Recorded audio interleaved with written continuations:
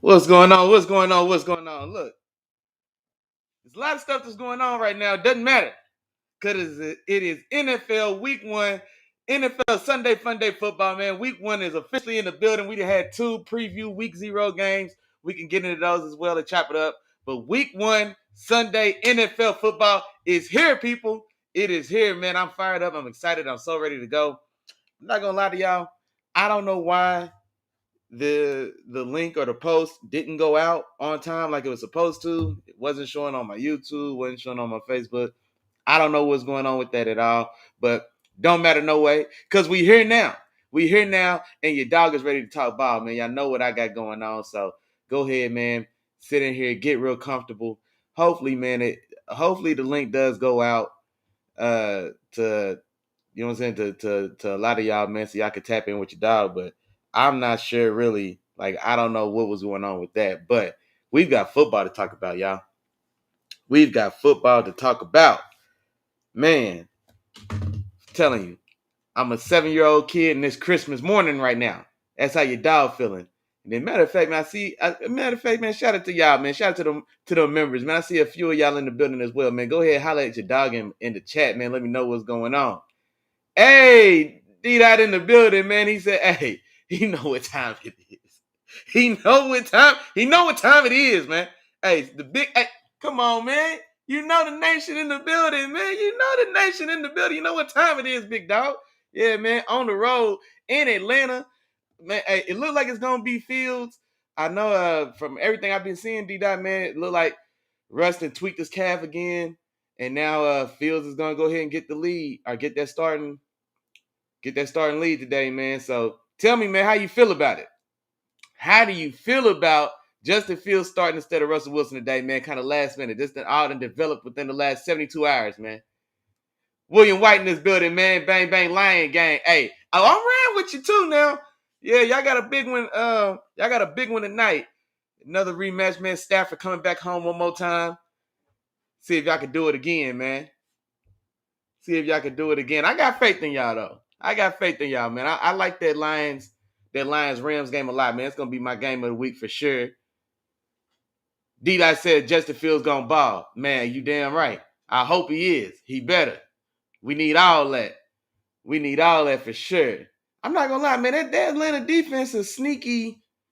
It's making a lot of moves, man, that is making me a little nervous with our offensive line and just the offense hasn't been as smooth as we wanted in this preseason, dog. So it's making me a little nervous, man. Justin Simmons back there with Jesse Bates, man, that might be the most dangerous safety combo in the league.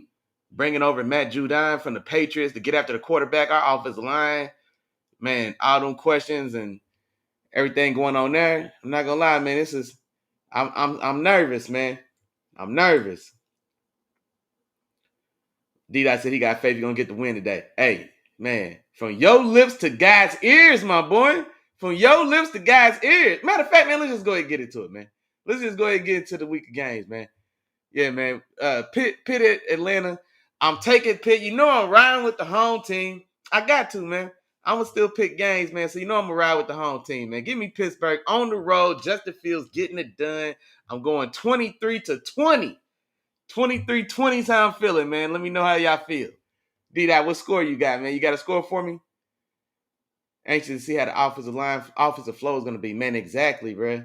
That's exactly what's worrying me as well. I think the defense is going to do their thing, man. I'm always worried. Sometimes I feel like the defense kind of almost starts a little slow or kind of maybe gets popped one time early or something like that before they really like settle in and lock in. I'm hoping that doesn't happen. You know what I mean? Especially with the inconsistencies that we keep seeing from the offense, the offensive line, and just like I said, man, just not a lot of explosiveness or congruity so far in this preseason, bro. So I really hope we get to a strong start. We get to a strong start, man. Arthur Smith going home, get his lick back from Atlanta. Justin Fields going back to the crib. He's from that general Atlanta area as well. He said he's also taking the good guys, man. 20-14. Hey, I love it. Holding that offense to 14, man, is what's worrying me. I know Captain Kirk, man, he's coming off that injury, but If Kirk's on the field healthy, man, Kirk could pitch that thing, man. Kirk could pitch that thing and spread it around. He's got tons of young talent. Drake London, I want to see what he looks like against our young guy, Joey Porter Jr. for sure. Bijan, see how Raheem Morris and that offensive staff playing to unlock Bijan Robinson. That's really got me worried as well. I know Kyle Pitts showed up on their injury report. I don't know if he was officially ruled out or not, actually, if anybody knows, but Kyle Pitts could be a very serious mismatch problem as well. I mean, I'm not gonna lie, man. This game's got me nervous. They made a lot of moves as well, man, bringing over some other guys, Darnell Mooney in the bunch and all of that. But I'm not gonna lie, man, they got me a little nervous. But you know I'm riding with the home team, man. Pittsburgh 23-20 is where I'm going with that one for sure. And then, matter of fact, what I'm gonna do, I'm gonna just start going down games. I'm gonna try to bang out all these games, man, that we got all day today.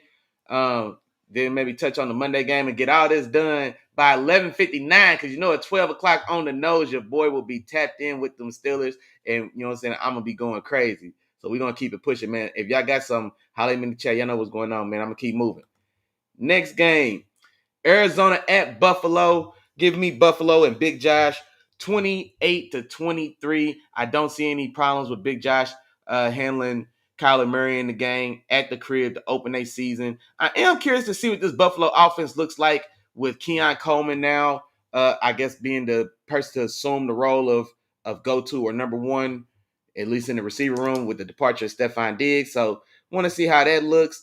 Also, man, they spent a lot of capital bringing in two stud tight ends in the last two drafts. Well, they brought in Dalton Kincaid, definitely a stud. I think 2 drafts ago, you had Dawson Knox, who was a solid guy, and so I expect them to definitely lean more kind of on those guys. Curtis Samuel, I think, is probably the top other receiver on the team with Keon Coleman, and so we've seen James Cook emerge as a more viable lead back. So we'll see if they lean more into that. But I'm just curious to see this new iteration of Big Josh and Buffalo's offense, man, to see how it works and how it moves around. Definitely want to see what Marvin Harrison Jr. looks like making his long anticipated debut as well. See his chemistry with Kyler. And so I definitely think they can make this game. I think it'd be an interesting game to watch for sure, but definitely taking Buffalo at the crib to get that done. Let me see here. I missed that, man. William White said he's gonna go off. I assume he's talking about when we was talking about Justin Fields in Atlanta. Hey, I'm trying to tell you, from y'all's lips to guys' ears, I hope y'all right, boy. I'm telling you. Tennessee on the road at Chicago. Will Levis going to Chicago to have Caleb Williams break himself into the NFL officially at the crib. And I'm riding with the young gun, man. I'm riding with the young guy. Give me Caleb Williams and his Bears 24-21 at the crib against the Titans. Definitely can't wait to see what he looks like in full-fledged official NFL action. Man, they brought in tons of weapons, man. So Keenan Allen there paired up with DJ Moore. You get Rome Odunze as well, the young guy. That has a verge to be one of the most dynamic or most well-balanced trios of receivers in the league right out the gate as far as weaponry for Caleb Williams. Can't wait to see what he does with him, man. What's he going to do with him when the live bullets are now firing? I also want to see Will Levis, man. I was not at all a Will Levis guy when he was coming into the draft. I had him as a guy that should have won the second round, and he does fall to the second. But I won't lie, I was very pleasantly surprised from what I got to see from him last year, especially early. Like I said, I think when he first got in, he struck really, really hot and fast, and then he kind of tempered and fell back down to earth. But even still, man, a lot of ability there. And like I said, I was pleasantly surprised, and I actually I'm anxious to see what he looks like now in year 2. D Hop and Calvin Ridley now, also Tyler Boyd. So they did a pretty decent job of adding to that weapons room as well. You move on from Derrick Henry, bring in Tony Pollard, see if he can rekindle that early magic that he had in Dallas. And so I like what they did as far as those moves. I absolutely love the pick of J.C. Latham in this year's draft. That was my tackle 1. They go get him. To kind of solidify that offensive line as well. So definitely cannot wait to see what Tennessee's offense looks like. But I am taking those Bears and Caleb Williams, man. Caleb Williams, 24-21. And matter of fact, y'all let me know, man. Is the rookie of the year, is the offensive rookie of the year locked for Caleb Williams? Is that already locked up? You know what I'm saying? Like, is it already locked up, or is it anybody else that has a chance? Does Marvin Harrison Jr. have a chance to actually come get that award? Or Malik Neighbors? Malik Neighbors as well, man, doing some exciting things for the Giants as well. And so, does anybody have a real shot, or is this Caleb Williams offensive year already wrapped up, signed, sealed, and delivered? But I am taking the Bears at the crib 24-21. Then let's see here. Next on the docket, New England on the road going to Cincy. Short and sweet here, man. This should be a relatively one-sided affair. Cincinnati at the crib 27-19. Now, the thing about this, though, with Jamar Chase holding out for his bag, and I'm not mad at that. Y'all already know what's going on, man. Get paid. You know what I mean? Get paid, secure the bag for sure. But it's starting to feel a little petty. Like, it's one thing like, hey, man, I'm ready to get paid. I done balled. I've proved myself. I'm eligible. I'm ready to get paid. Like, okay, yeah, I'm all for it. But, man, hold now because you want one penny more than Justin Jefferson. That sounds a little childish, man. It's a little petty. It's a lot petty. It's a little childish. It's a lot petty. You know what I mean? So there's definitely some um, friendly competition between the two of those guys for sure. But Jamar, man, he's been holding out all season, and now he goes from holding out to now he's listed. I think he was listed as questionable with an illness. You know what I mean? It's even for this game. And honestly, I mean, I don't never want to knock a guy who claims he's injured or whatever the case, injured, sick, or whatever the case. But I'm not gonna lie, this feels a lot like Cincinnati doing a lot behind the scenes to kind of cover this stinker that Jamar Chase and this contract situation has brought about. And so rather than just publicizing it as him potentially holding out, they put him down with the illness that popped up that may make him not play. And you know what? And I don't know what the official determination on his game status has been determined to be as of this morning, but those are the reports where I was seeing as late as yesterday that he's questionable now with an illness since he hasn't been a participant all summer long, just about. And so we'll see who blinks first or how that happens or what goes on there. But definitely, man, when he's healthy and on the field and with Joe Burrow slinging that thing, he's definitely a top 6 guy in this league for sure. And he's a guy that he's already in that kind of that upper room of receivers. Like I said, he's definitely a top 5, 6, 7 guy in this league for sure. And he's a guy that still has room to ascend.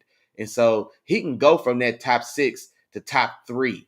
You know what I mean? Like he can really kind of jump into that upper echelon room that's got Justin Jefferson sitting in there chilling with Tyreek, you know what I'm saying, trading, taking shots. He can get in that room too. But you know what I'm saying? But nah, man, I'm curious to see what happens there. And then, yeah, on New England side, Jacoby Brissett announced as the starter. We'll see how long that lasts before Drake May gets a chance to kind of take this young offense and try to run with it. But I am taking Cincinnati at the crib. 27-19 is the score I got there. So I don't expect much of a challenge put up from the Patriots, even though that defense should and will be stingy as they always are. And so let's see what's going on there. Keeping it pushing. Houston on the road, interdivision against the Colts. I'm taking Houston on the road to get the win to start the season. Still win from the Colts at home, 27-24. Man, I can't wait to see C.J. Stroud in this new Texans offense, man. So young, explosive offense. We saw the emergence of Nico Collins and Tank Dell this last year. 2 young guys. Tank Dell, of course, season ended early with injury, then gets shot in the offseason as well.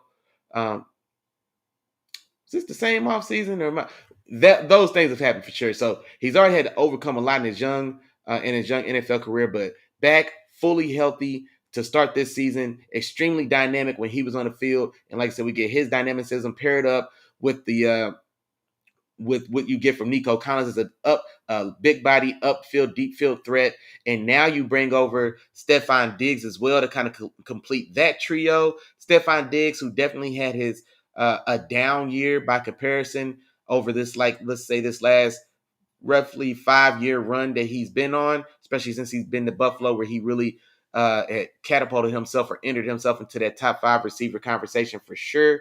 And so, that kind of burned or fizzled or played itself out in Buffalo. Moves over to the Texans now, and I can't wait to see what this offense looks like with C.J. Stroud. C.J. Stroud playing at Ohio State. He's always had a plethora of receiver talent to distribute the ball around.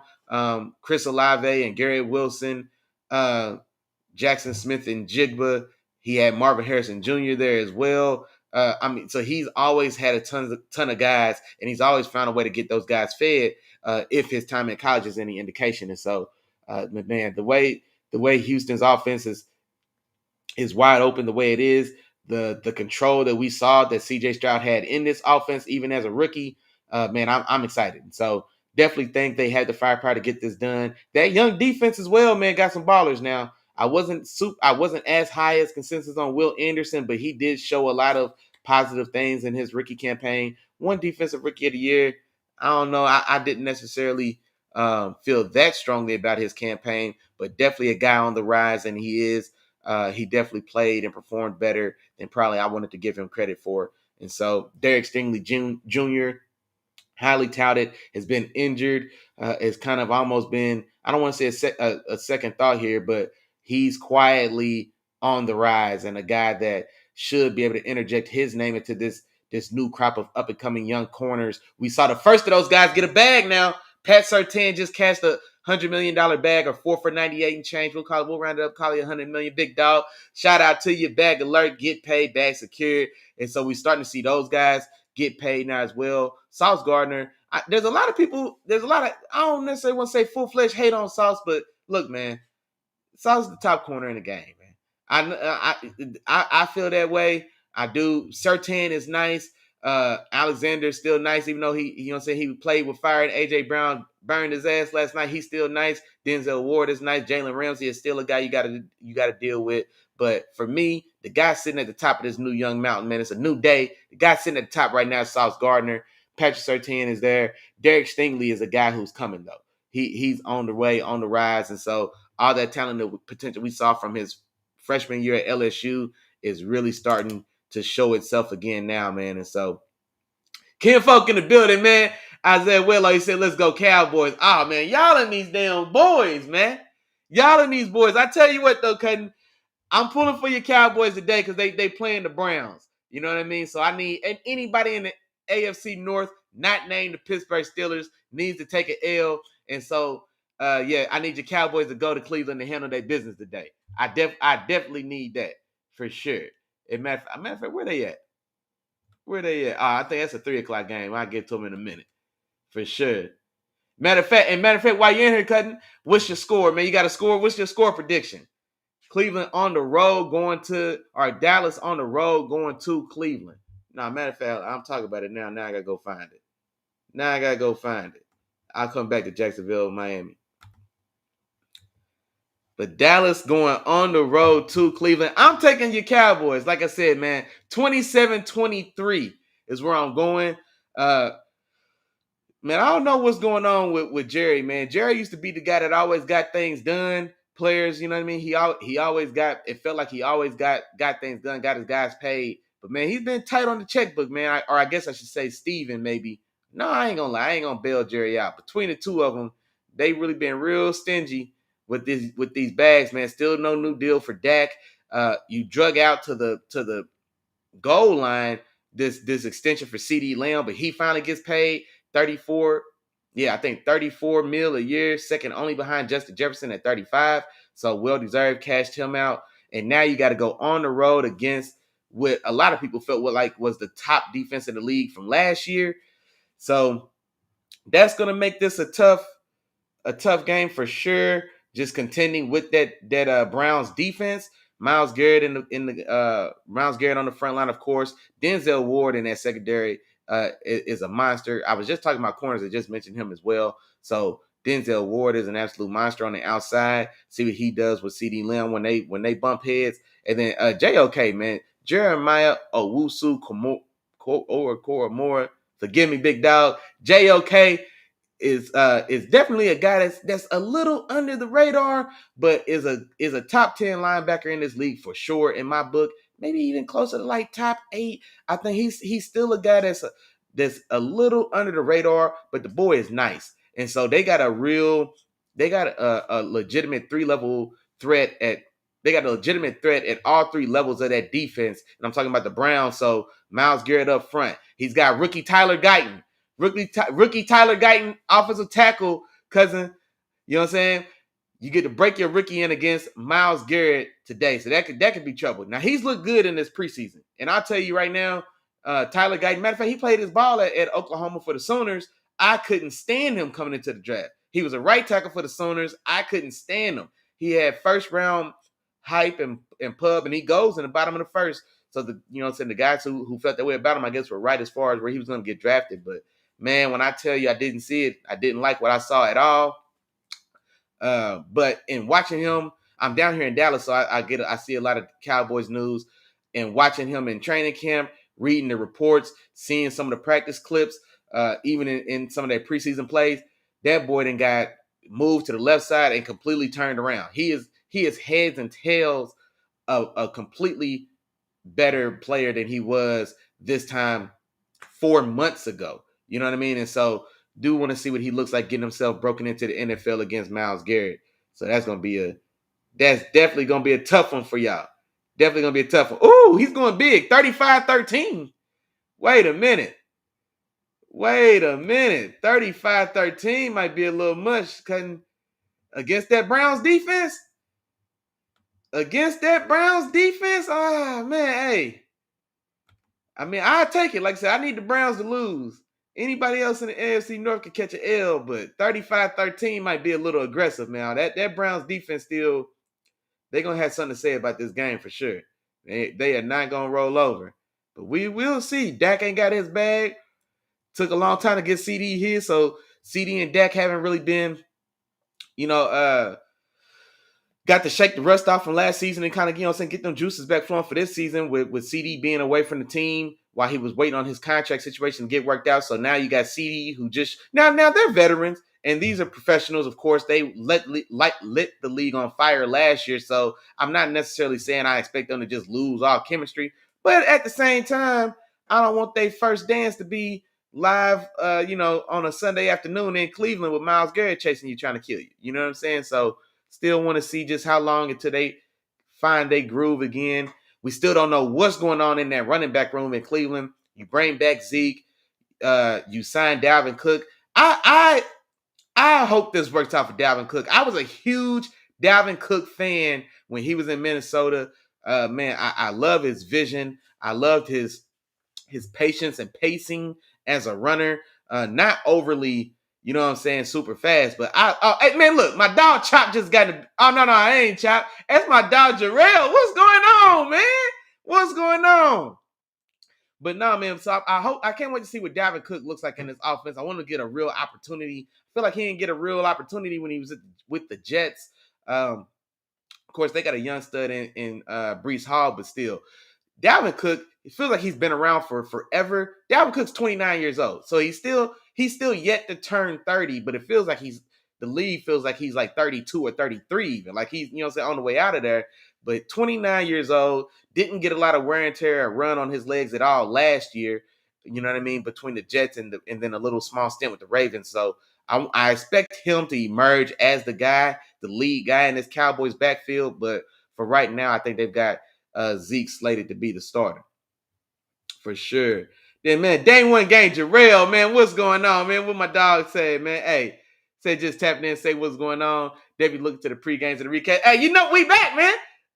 We officially back, man. NFL football is officially here. We are back in business, big dog. You know what's going on. Hey, man, I see you tapped in on the YouTube as well. My dog, man, y'all go ahead and drop a like, share, and subscribe for your dog. If you're in here in Facebook as well, definitely holler at me, chop it up for sure. Tap in on that YouTube as well, man. Tap in on that YouTube as well, and definitely drop a like over there when you do. My dog, day one game, Jarrell in the building. Appreciate you, big dog. Hey, your Eagles look damn good now, boy.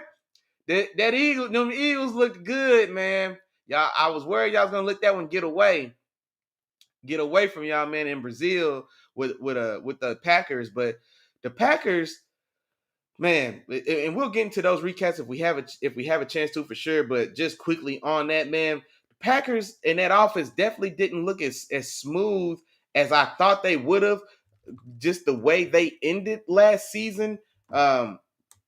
Explosive, dynamic, and operating more fine-tuned than what we just saw from this Friday, man, where a lot of exciting high-level explosive plays for sure. Jaden Reed went crazy, but also in the in-between, a lot of kind of sluggish or not like a days ago, but definitely not as smooth as I wanted to see for some of the expectations on what the Packers maybe had for themselves going into this season. And now Justin Love gets injured on the third to last play of that game, and so I think he's expected to maybe even miss as many as somewhere between 3 and 6 weeks is what I saw. So we'll wait to see how that develops. But nah, those Eagles though, man, Kellen Moore. Talk to me, Jarrell, man. If you're still in the building, man, I know you say you're just stepping in, but talk to me now. How'd you feel, man?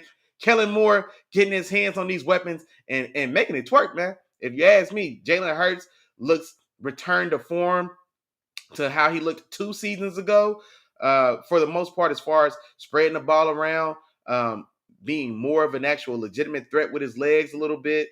And man, Saquon looked terrific. So Saquon looked terrific. That wheel route touchdown at the left front pylon from Hurts to Saquon, tremendous. Was a tremendous ball and an excellent catch by Saquon and getting those feet in, man. That's a running back on that wheel route, man, against a linebacker. So we got the favorable matchup, but that was a tough catch and a tough, excellent ball placement. So, man, definitely loved what I seen from them, man. Can't wait to talk about that game too. Getting back to it, man. Jacksonville on the road at Miami. Give me Miami, man. 30-27. I think this game has the potential to be a little bit of a shootout. Jacksonville with Brian Thomas Jr.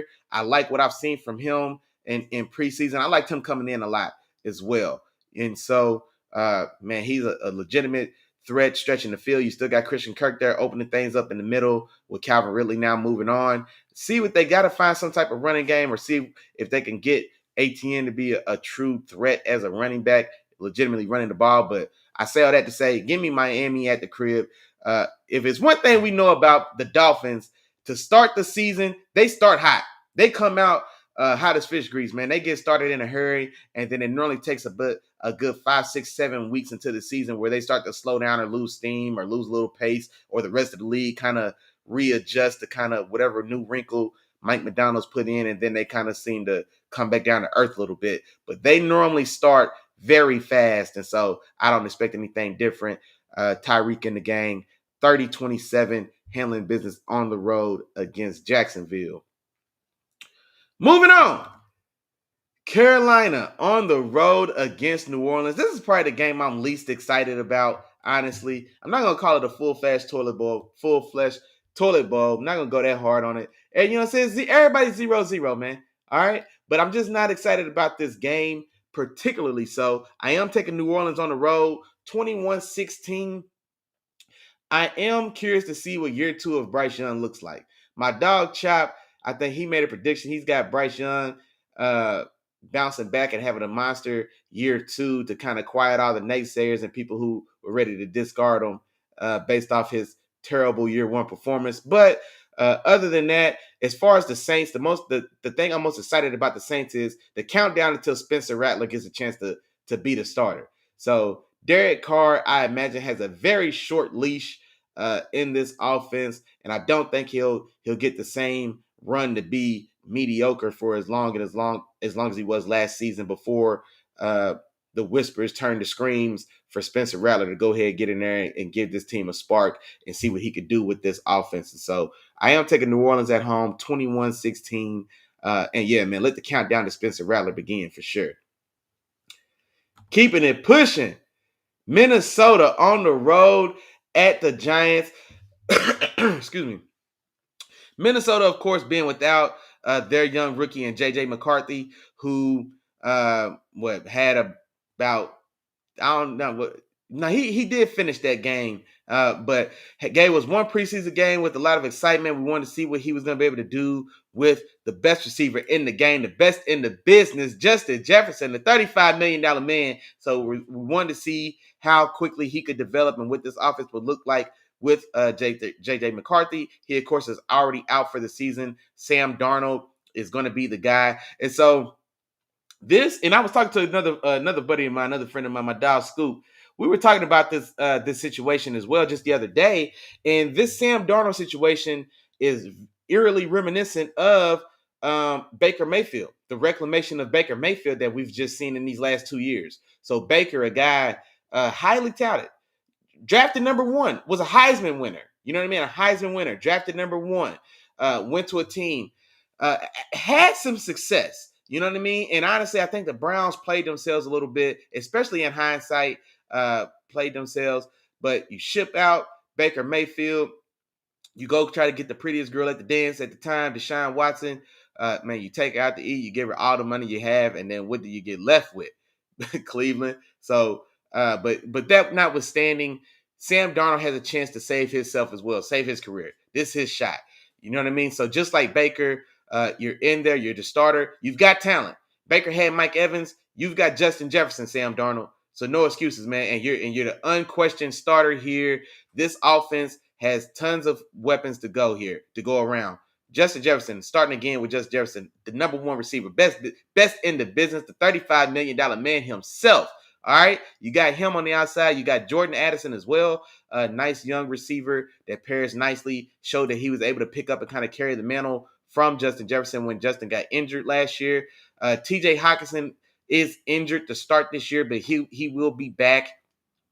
I think he's going to miss the first month and a half of the season, so the first 4 to 6 weeks possibly, I think, as he is on the PUP list. But he will be back as we get into the heart or the meat of this season. That offensive line is very stout, especially on the left side with Christian Darrisaw, one of the top young left tackles in this game for sure, already a top 10 tackle in the game.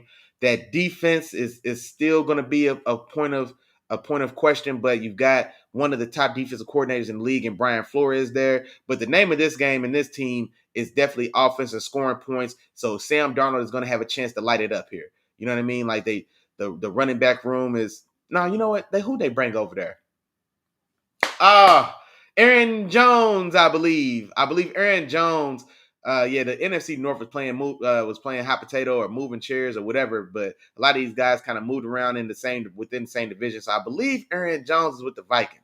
I believe he is. But either way, Kevin O'Connell and this team, they want to air this ball out. Like I said, you got a Ferrari and Justin Jefferson on the outside.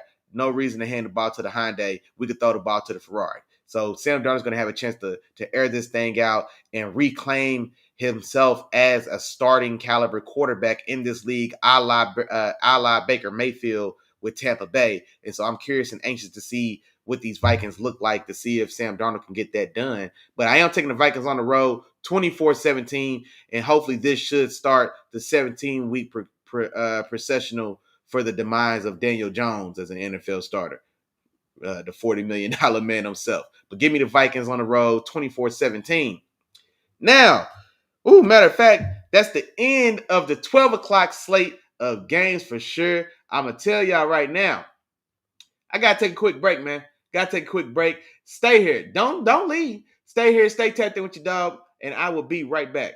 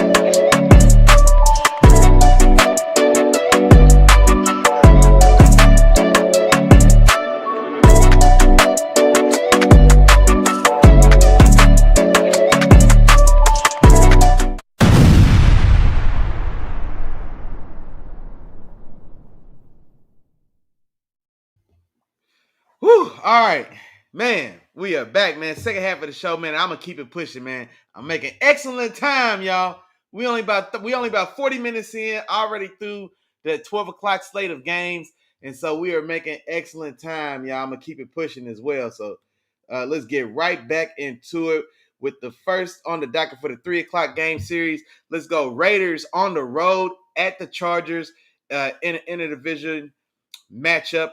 And I'm gonna take the Raiders here, man. The Raiders 24-21 is how I'm leaning in this one. John Harbaugh making his official NFL return debut with this iteration of the Chargers. You still got Justin Herbert. You give away long time, probably all time Chargers receiver and Keenan Allen. You send him off to the Bears.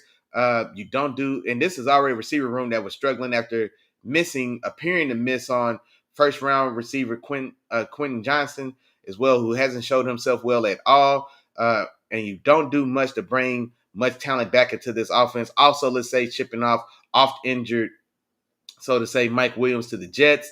And so now you've got a receiver room with Josh Palmer, I think, is slated to be the number one receiver, along with Ladd McConkey. I wasn't as high on Ladd McConkey coming out of Georgia as a lot of the draft pundits were, but he's definitely a high volume, a volume target magnet style of receiver, a guy that I imagine probably the type of guy that's going to give us 110 catches for 1,000 yards. You know what I mean? He's going to catch a lot of his work is going to be done within the first 10 to 12, within the first 10 yards of the line of scrimmage. But this is a team and John Harbaugh, from what we've seen from him dating back to his time in San Francisco, in that Colin Kaepernick kind of heyday era, to the time from what we've seen in these last 4 or 5 years at Michigan, culminating in this national championship last year.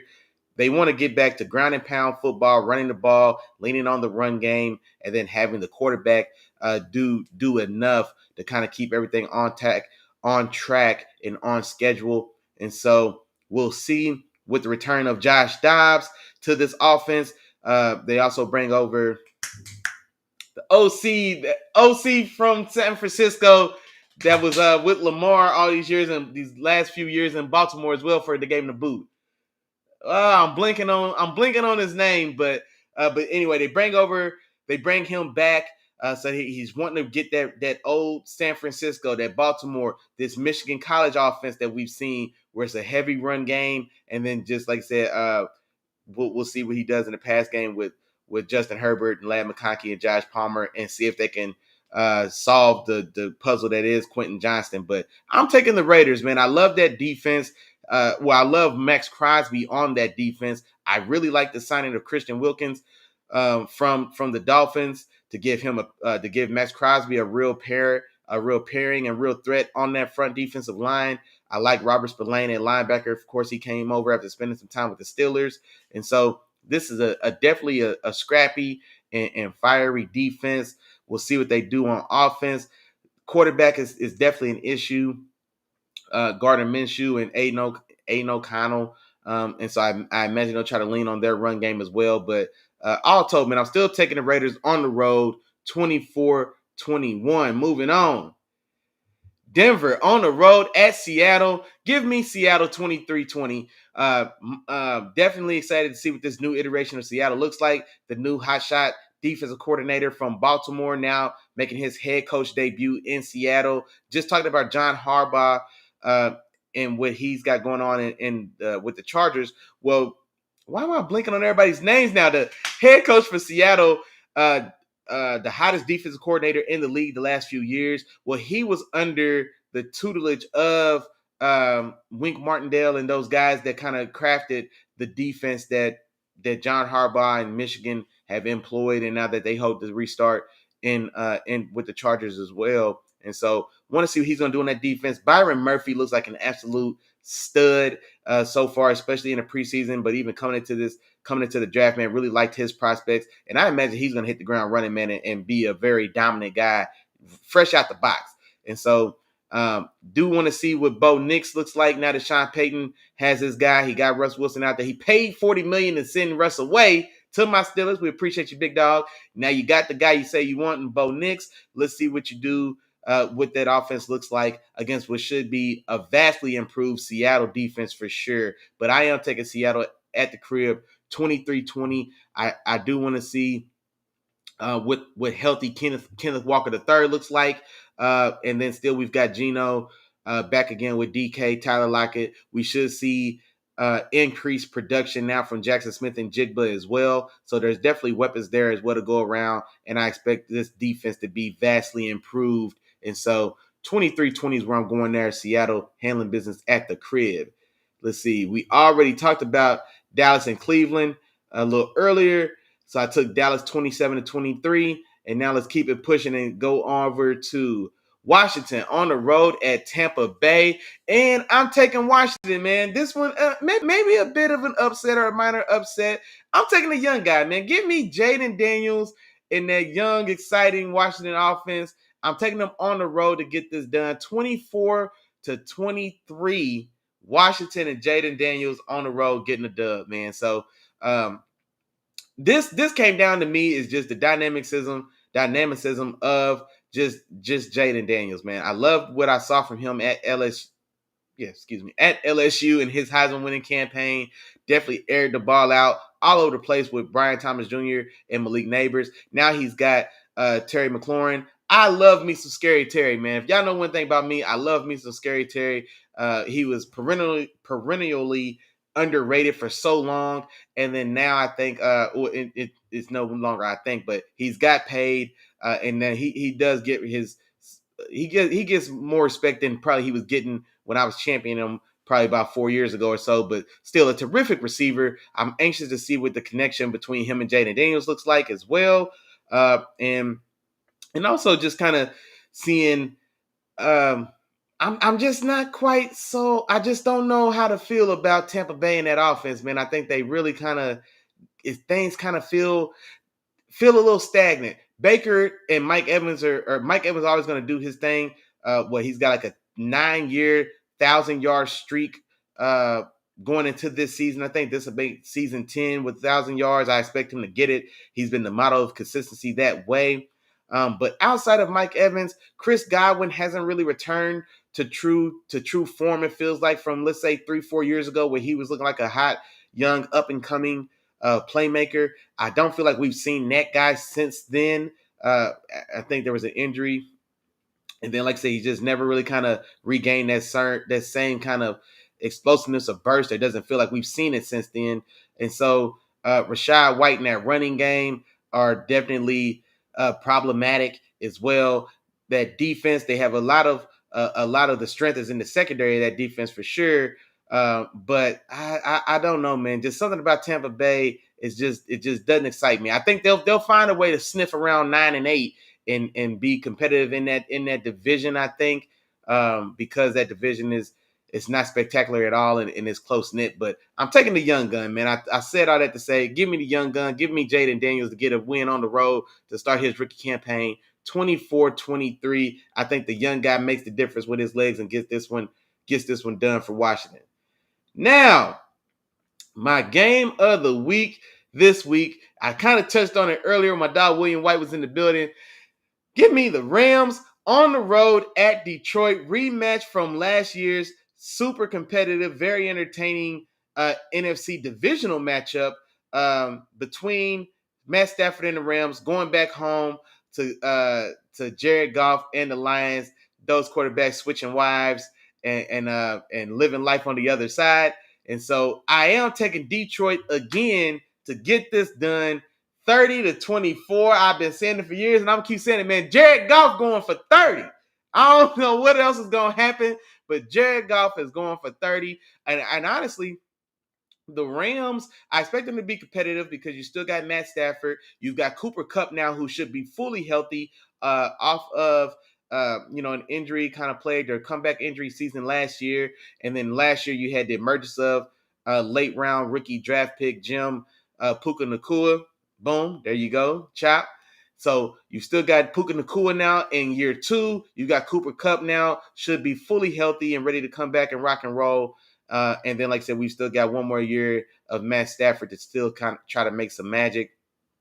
Um, Now here's where the rubber meets the road here for this team. This defense is on paper, man, it's looking like a bottom 10 unit in the league. I do love the pick of Jared Verse for this team as well. I really liked him coming out of Florida State. Now asking him to stand up and be a rush and stand up and rush as opposed to a guy that has his hand in the dirt is maybe a little different than the role I imagine for him. But he's an athletic specimen, especially straight as far as straight line speed is concerned. So uh, a strength and straight line speed freak in Jared Verse. But moving on from Aaron Donald, they give away is it Ernest Jones, super talented linebacker. I don't know why they didn't want him anymore.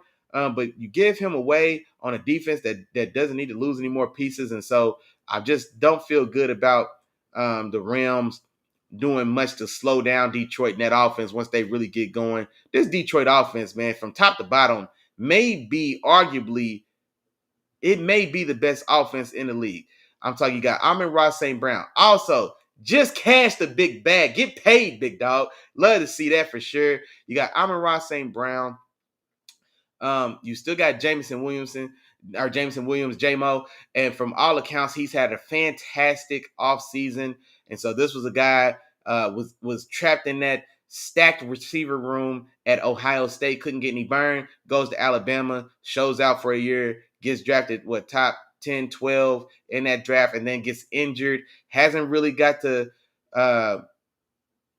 show what he can do or be the threat that we've anticipated him being. But it sounds like this year, I want to say this is year 3.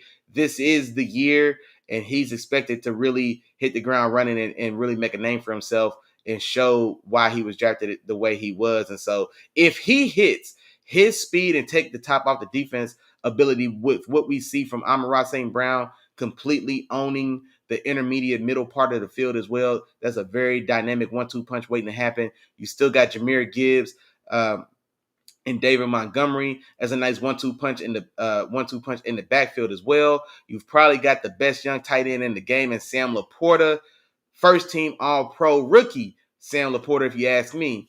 And so you've got him there as well. That offensive line is a top 3 offensive line in this league as well. And so, like I said, man, top to bottom, that Lions offense may be the best overall unit in this league, man. And Jared Goff is no slouch. I'm a Jared Goff defender, and so I rock with Jared Goff, man. Jared Goff will give me 30 points today and get this season started off on a good foot. And that defense. I'm not going to not talk about that Detroit Lions defense as well, man. They've got some pieces over there on that front line. Aiden Hutchinson has shown himself well going into year 3 now. Definitely a leader on that defense. I love what they did in the draft, getting Terrion Arnold and Ennis Rakestraw Jr. from Missouri to add to that cornerback room. Both those guys are very, very spicy, very aggressive, slightly undersized, but aggressive corners to fit into that defense now as well. So they've got some pieces there. Still don't necessarily love the linebacker level there, but I like that front 4. And like I said, I like the young names they've got in that secondary as well. So I'm taking Detroit at the crib, 30-24. I expect this one to be interesting early before I think Detroit kind of pulls away and pulls away towards the middle to the later part of the game, and then maybe we get a late push, a late push from the Rams, but I think they fall short. Now, that is going to take us into Monday. Monday Night Football will be the New York Jets on the road going to see Pretty Purdy and the San Francisco 49ers in the Bay. Aaron Rodgers making his long-awaited return to the field from, what a letdown of a season for the Jets last year. 4 snaps into the season. Aaron Rodgers goes down with an Achilles and we don't see him.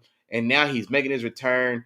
It's going to be on Monday night. It's going to be in San Francisco. It's going to be against one of the most dangerous defenses in the league as well, headlined by Nick Bosa, Tyler Noah, who found you, and probably the best linebacker in the game, Fred Warner as well. So defensive studs all along, all up and through that San Francisco defense. And this is where Aaron Rodgers is going to make his return. Can't wait to see what he looks like Man, cannot wait to see the connection between him and Garrett Wilson. I had tremendous hopes for Garrett Wilson's prospects this time last year with Aaron Rodgers going to be at the helm, and now I'm reinstating those same hopes from last year to this year. I expect Garrett Wilson to finish as a top 3 receiver in the league this season. And so I'm talking yards, catches, and touchdowns. I think Garrett Wilson is going to be in the top 3 in all 3 of those categories, assuming Aaron Rodgers is healthy. Okay, assuming Aaron Rodgers is healthy. And I think I don't expect lightning to strike twice as far as the traumatic injury that we saw last season. I love a lot of the moves they made, man. I like getting Mike Williams over there to be a compliment to Garrett Wilson. He's healthy and ready to roll, or should be thereabouts healthy and ready to roll.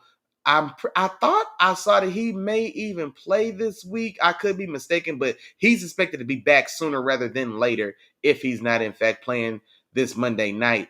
But I do like how he should pair with Garrett Wilson. I like that they went out and reinforced that offensive line the way they did, going to get Tyron Smith from the Cowboys, who was returned to form this last year and played the bulk of this last. No, I think he played the just about this entire last season. So assuming he's healthy, that should solidify that back half.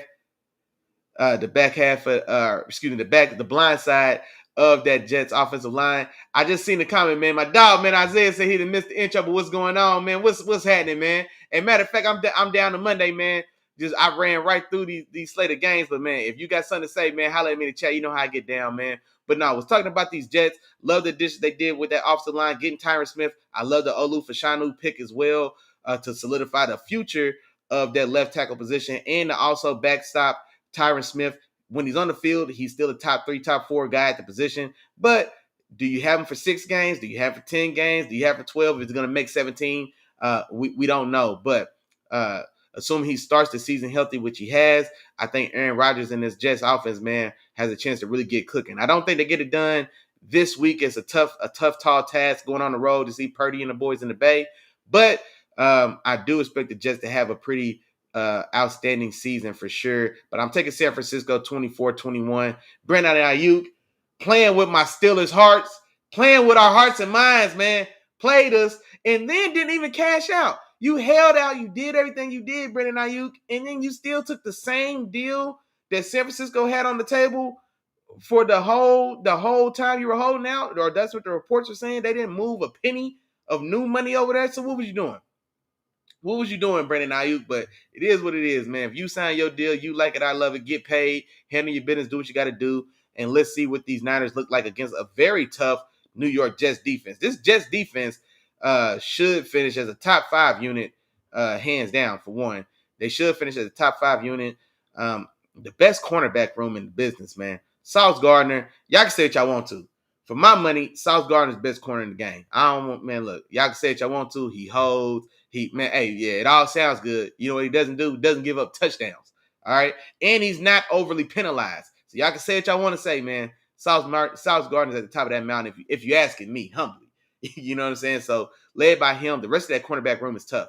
DJ Reed and Michael Carter. DJ Reed and Michael Carter round out that cornerback room. Studs. Quentin Williams,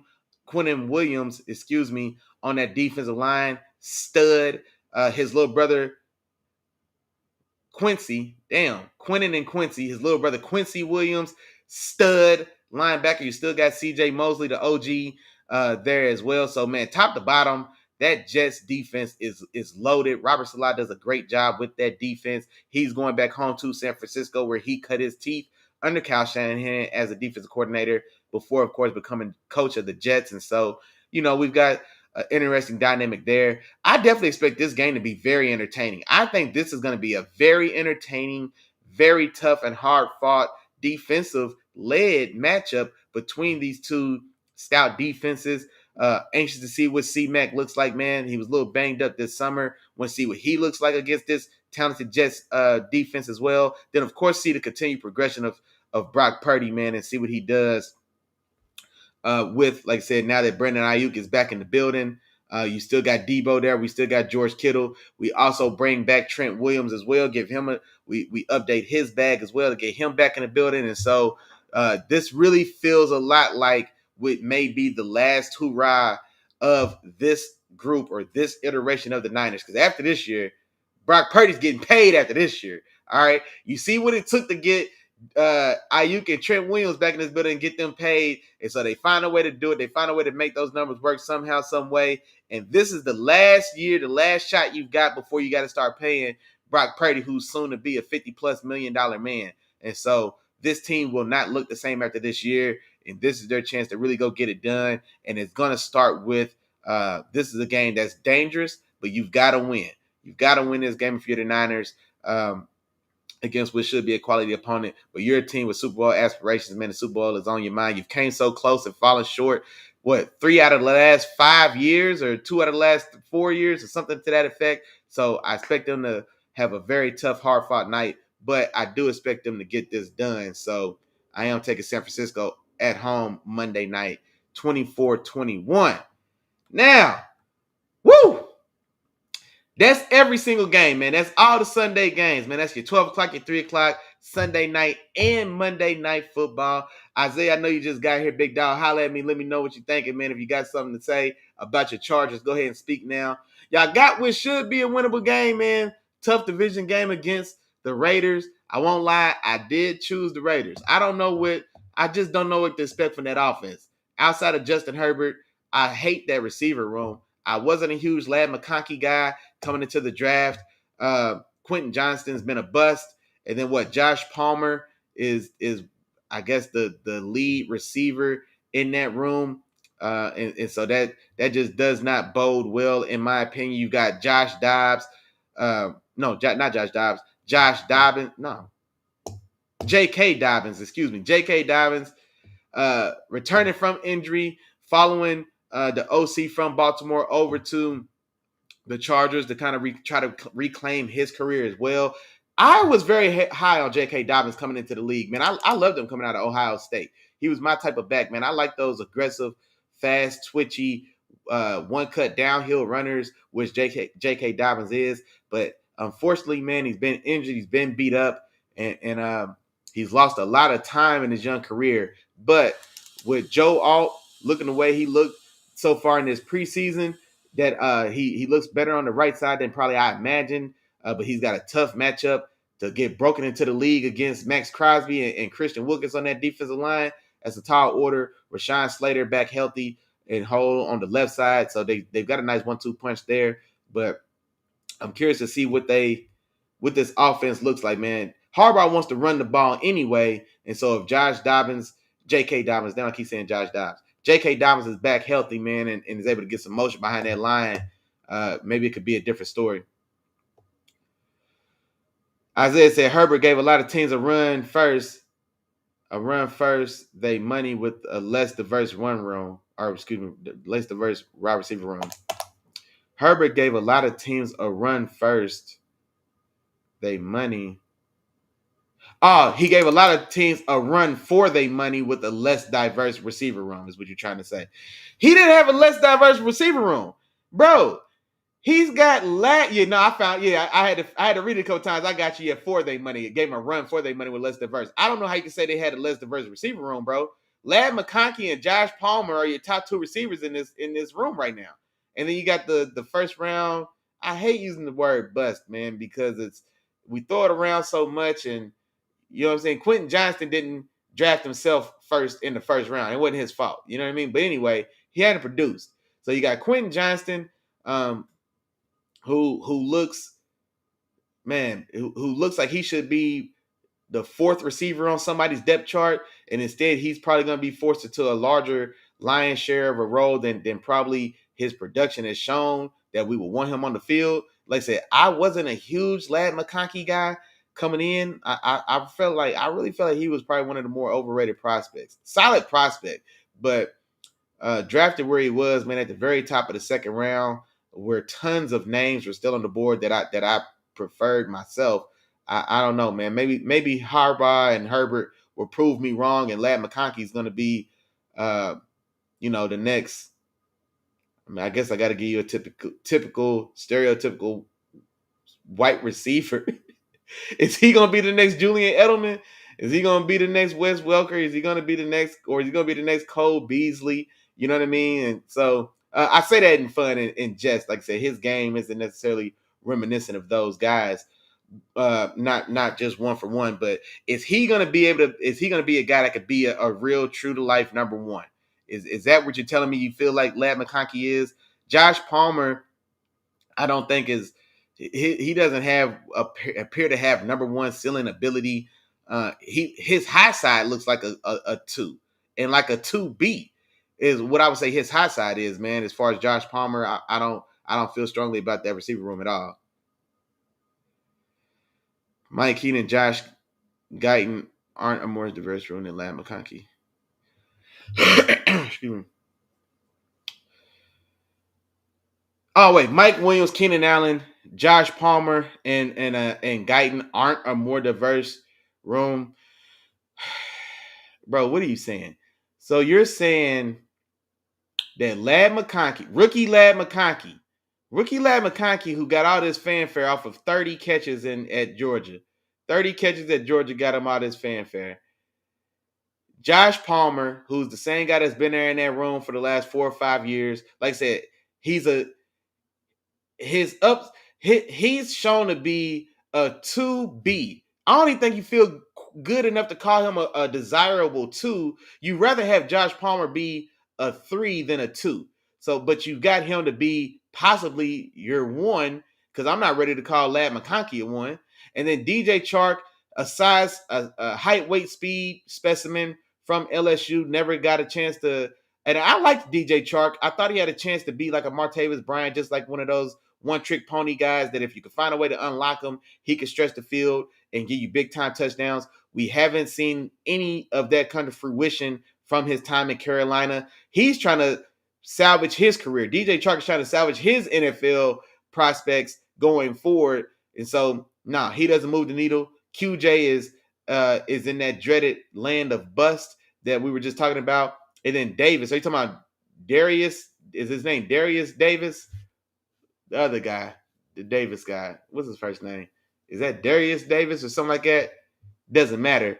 I'm not taking Lad, Palmer, DJ Chark, QJ, and Davis over Mike Keenan, Josh, and Guyton. I'm just not doing it. You crazy.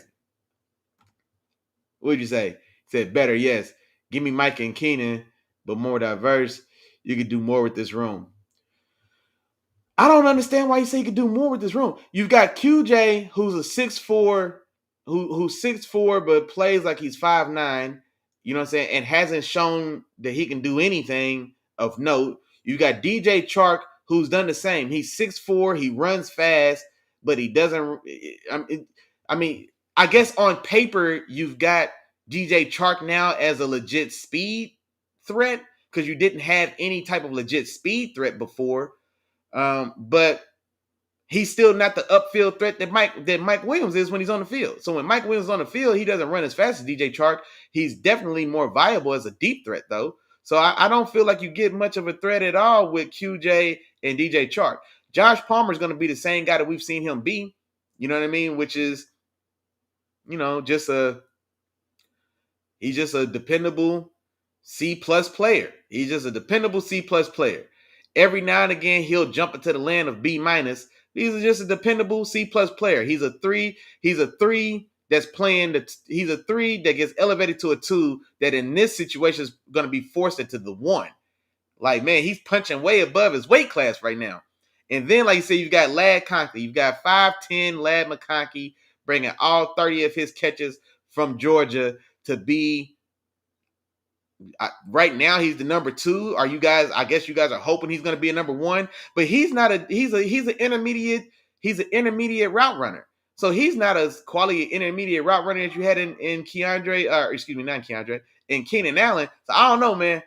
I don't know. That receiver room's in trouble.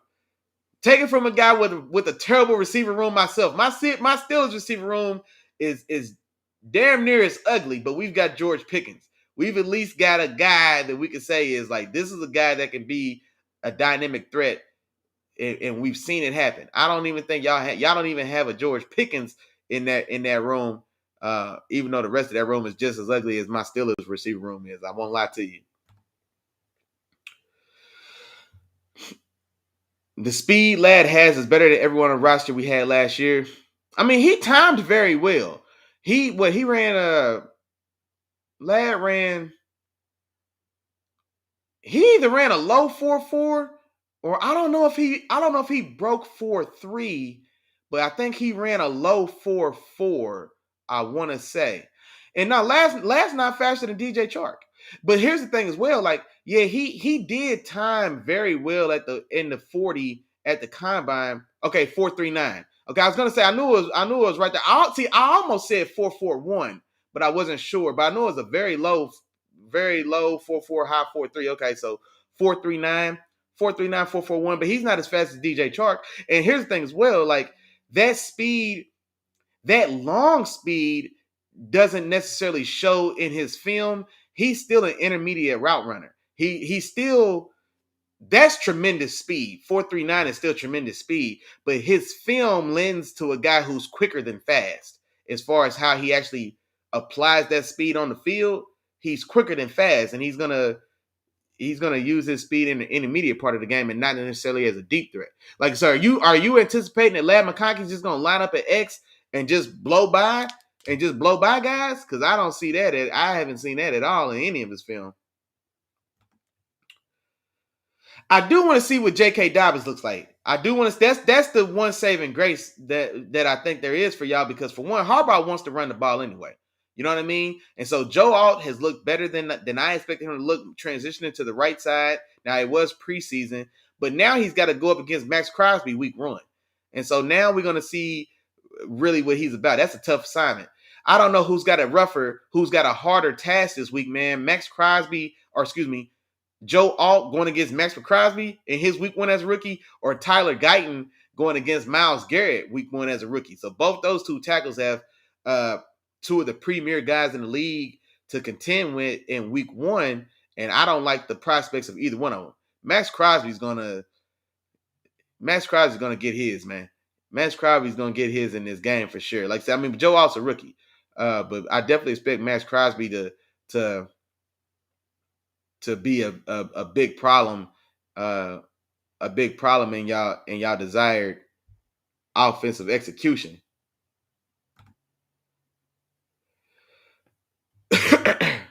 Lad had more burst. Well, yeah, it's like, and that's what I'm saying.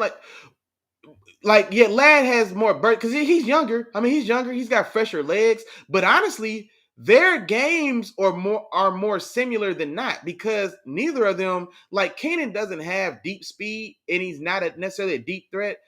Like Lad timed well, but he's still not a deep threat though. Like he still needs to win the way that Keenan Allen won though. That's why I was like, I don't even know if the diverse statement it fits, because Lad's game still is more route based like Keenan Allen than it is like where that speed is an actual, like that speed is an actual threat to his game. So if you're training route runner for route runner, I'm still taking Keenan even right now at the old age. Alt would have more problems because Max doesn't move like Miles. Miles will move around the line. Ooh. No, wait, yeah, no, that's fair. I don't think Max moves around as much. He does primarily line up on that strong side, on that left side. He'll move around a little bit, but I don't see why they would, because I don't want to put him on Rashawn Slater on the backside. Even though Max is one of those guys where he's going to give anybody he's lined up across from problems. Like he's in that tier. Like he's a tier 1 guy. And honestly, for me, I like, man, look, I like Max Crosby. I probably put Max Crosby behind TJ Watt. I ain't gonna lie to you. I think I actually prefer Max Crosby. I prefer Max Crosby to Myles Garrett. If we're talking rushing the passer, for sure. I definitely do. And so, yeah, that's gonna be problems though, man. I'm not gonna lie. And he's solid in the run game as well, man. There's no better effort player at the position in the league than Max Crosby for one. He's got tremendous length as well. His burst, his get off is fantastic. You know what I'm saying? Like, yeah, that's gonna be a problem. Max will stay on Joe. Yeah, for the most part. Miles is gonna play D tackle and D. Yeah. I mean, they're gonna move around a little bit. They move him around a little bit, and for all that moving, you would think he'd be more productive. I don't give a damn what PFF says. When I watch the games, man, he's a problem for sure. But then also, man, I'll see him get put on the shelf. Y'all think I'm lying, man? Y'all go back and take a look at that Cleveland Browns, Houston Texans playoff game last year, where man Larry Tunsil put Myles Garrett on the shelf for about 60 minutes while they got dog walked in the playoffs. He said that's just a still in you. I'm not gonna lie, bro. I'm not saying he's the best because like Myles Garrett is a maven, man, especially in the run game. But if I'm talking pass rush, that's what I'm talking about. Like as far as rushers go, pass rush, I'm taking Max Crosby, man. Max Crosby is a dog, man. I like Max Crosby. I love his hands. I love his hand usage. My God. I'm not gonna lie. I say Micah Parsons definitely probably has the best first step in the business. He's just a fantastic athlete. You know what I mean? Micah Parsons has the best first step. But after Micah Parsons' first step, Max is up there, man. Max probably got a top 3 first step off the edge in the league, bro. Man, for real. And I think he's got some of the best hands. I think Nick Bosa, TJ Watt, and yeah, Max Crosby probably got the best hands at the position, if you ask me. So I've got Max Crosby's got a top 3 as far as hand usage. I think he's top 3 as far as burst off the line. Probably top 2, man. I think Max Crosby's burst is right behind Micah Parsons. His effort's number 1. There is no better effort player at the position than Max Crosby, bro. I ain't gonna lie to you. I'm not gonna lie, bro. I fool with Max Crosby. I can't lie. I can't lie to you. The Chargers get 120 on the ground and 270 in the air and win by 2 scores. Man, hey, now that's the Charger in you. If the Steelers was just if that was just the Steelers in me, that's the Chargers in you. This is very optimistic, bro. I don't know what this. I just don't know what we're gonna see from this passing attack. I really don't, man. Because Ladd McConkey is filling Keenan Allen's role. That's the role he's filling, and he's not gonna do it better than Keenan Allen at all. And then, like I said, the rest of that room, man, leaves a lot to be desired. Josh Palmer, like I said, Josh Palmer's a dependable C+ player. I think I'm trying to fill out those yards, man. Let's say Josh Palmer gets you 8 catches for 78 yards. If there's a touchdown in the air, maybe Josh Palmer gets it. Let's say Josh Palmer gives you 8 for 78 and a touchdown. Ladd McConkey,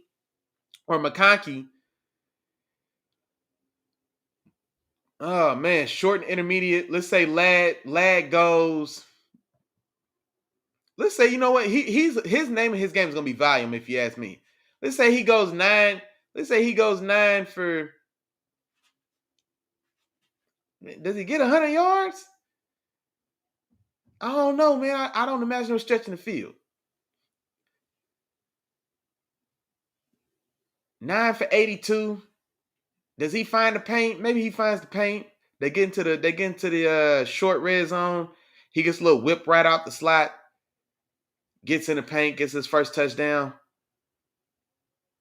DJ Chark, QJ, anybody else in that room has a combined 60 yards. J.K. Dobbins, let's say we get J.K. Dobbins 40 yards receiving out the backfield. Who's the tight end over there? Who's your tight end? I can't even think of the damn tight end over there at the Chargers. I don't know, man. That's what I said. Yeah. Yeah, who's the tight ends over there? I'm trying to remember who the tight ends was. Okay. Yeah. Will Dissly, that's who it is. Yeah, Will Dissly came over there from Seattle. If I remember right. Yeah, Will Dissly. And Hurst is a blocker. Hurst came over to block. I tell y'all what, y'all need that 120 on the ground, I think. I think y'all gotta have that 120 in the ground. Harbaugh's offenses are predicated on being able to run the ball. And y'all bring over the OC from Baltimore. You know what I'm saying? Y'all bring over the OC from Baltimore for sure. So y'all definitely want to run the ball. I hope J.K. Dobbins is healthy, man. I did like him coming out of Ohio State for sure. So I do want to see J.K. Dobbins be healthy and in this offense he's familiar with already. And like I said, and Harbaugh wants to run the ball. So I do think there's a chance that y'all can if y'all have success, man, it's definitely gonna have to be on the ground. If that ground game, if y'all find a way to get that ground game going, then yeah, that could make it easier on those receivers. But those receivers are trash. It's one of the only worst receiver rooms than my Steelers, if you ask me. Y'all in the bottom 4 or 5 with my Steelers as far as receiver rooms in the league, for sure. Jeff, my dog, Jeff in the building, man. He said it could be ugly. You talking about this Chargers Raiders game, or what game you talking about? Jeff in the building, man. Hey, I seen your Eagles too. Matter of fact, man. Hold on, yeah. Matter of fact, we gotta talk a little bit about these games we saw, man. We gotta talk a little bit about these games we saw. What y'all think about that Philly Green Bay game? Hold on, man. I'm gonna put it on the board. What was the score of that game? 34-29.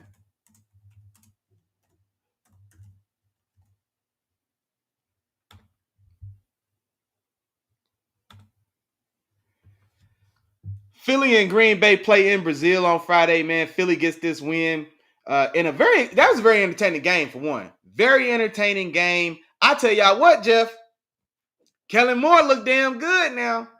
That Kellen Moore offense looked good. I don't care what y'all say. I don't care what anybody in Dallas was saying. Y'all want to hate. Kellen Moore had that offense going, man. Jalen Hurts looked the best he's looked in a while. Well, no, he threw 2 interceptions, but he's still. I like what I saw for Jalen Hurts, man. That touchdown to Saquon was a very impressive throw. Very impressive. Impressive throw and catch. Saquon on the wheel route against the linebacker.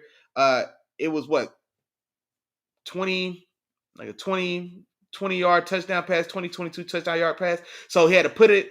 He had to fit the ball right there on that front left pylon. Had to put some decent zip on his wheel. He didn't have enough space or room to let Saquon run under it and kind of catch it with air. Like, nah, he had to put some juice on it. And Saquon, to his credit, that's a tough catch, man. That's a tough catch. He had to jump in the air to get it. Stay in bounds, get your feet down. The linebacker right there on you. That was a tremendous touchdown play. The other touchdown to A.J. Brown. I knew, man, hey, once A.J. Brown and Jair Alexander got into it, I was like, this is going to go one of 2 ways. A.J. Brown, man, he loved it. That's what A.J. Brown feed off of that. So as soon as they got the chirp and I was texting in my group chat with some of my homeboys, like, boy, look, they turned A.J. Brown up. A.J. Brown want all that smoke. And then sure enough, what was it? 40, 50 yards later, catch, get off me, give me that. No, you can't catch me. I'm going to the crib. Touchdown. What A.J. Brown finished with? 5 for 119 in the touchdown. So, yeah, that offense was looking good. Saquon looked great, though. That burst, the explosiveness, the dual threat ability, it was all on display. He looked damn good, man. 100 yards rushing, 2 touchdowns. That touchdown catch, a 3 touchdown day for Saquon. If this is the start for y'all Eagles, man, then hey, it's gonna be some trouble for a lot of people in this league, for sure. For sure. Isaiah said, by the way, after watching that Philly and Green Bay game, I don't want to ever hear about which QB is the best out of the 2020 class. Wait, the best out of the 2020 class. You talking about as far as like Jordan Love? Was that Jordan Love, Justin Herbert?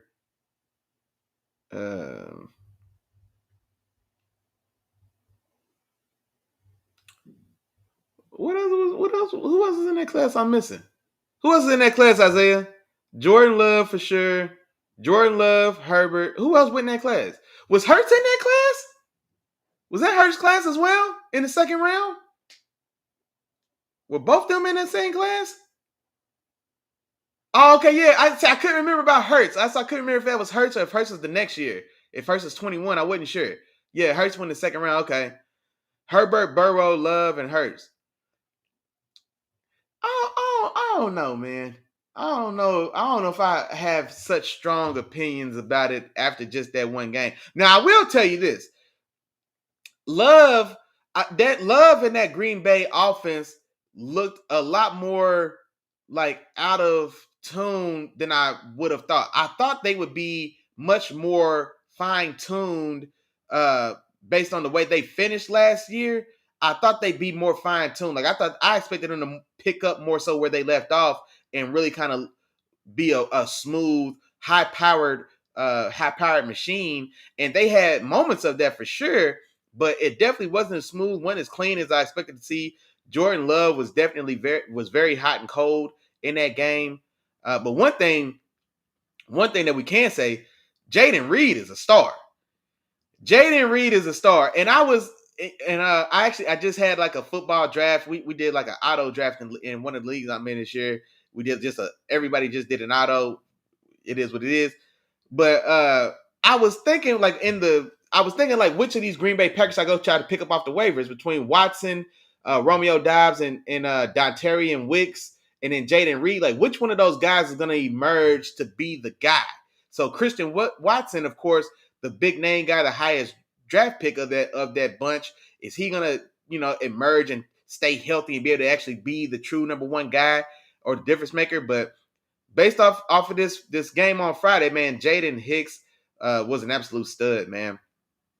Absolute stud. What do you do? 138 receiving yards and a touchdown. Took a 30 something yard reverse to the crib as well for a rushing touchdown, but extremely dynamic for sure. Jaden Reed had himself a day. And almost salvaged that game for Green Bay. But yeah, Green Bay had opportunities in that game for sure. And then the way they end that game, excuse me, you lose Jordan Love on the third from last play. You already kind of essentially you're making a play for a Hail Mary. He gets sacked. Some people are saying that was a dirty hit by Jalen Carter or something. I don't see that at all, man. Like Jordan Love is alive in the pocket. Jalen Carter's getting pulled down to the ground or whatever the case and gets his hands on the quarterback who's live with the ball. Like, I don't understand anybody who said that was a dirty play by Jalen Carter. Unfortunately, his leg gets twisted up. You know what I'm saying? It is what it is, man. That was a football play if you ask me. That's a football play. It's unfortunate to see him get injured. I saw the early reports say he may miss as many as 3 to 6 weeks preliminary, but we'll see if how that shakes out. Hopefully it's not that much time. You bring over Malik Willis to be the backup for Tennessee, and then he gets in. I'm watching this game. I'm like, look, bro, it's a Hail Mary play. You in here to just chuck it 60 yards. Don't get sacked. The first throw is a one in the dirt to the left sideline for like 6 yards, a wasted play. I just want 2 shots to the end zone because he's got an arm. He's got a very strong arm. 2 shots to the end zone. Stop wasting time. That first play that he put in the dirt, that's just a wasted play anyway. And then the next play, you get sacked. Come in and chuck it, bro. That's all you had to do. So that was terrible.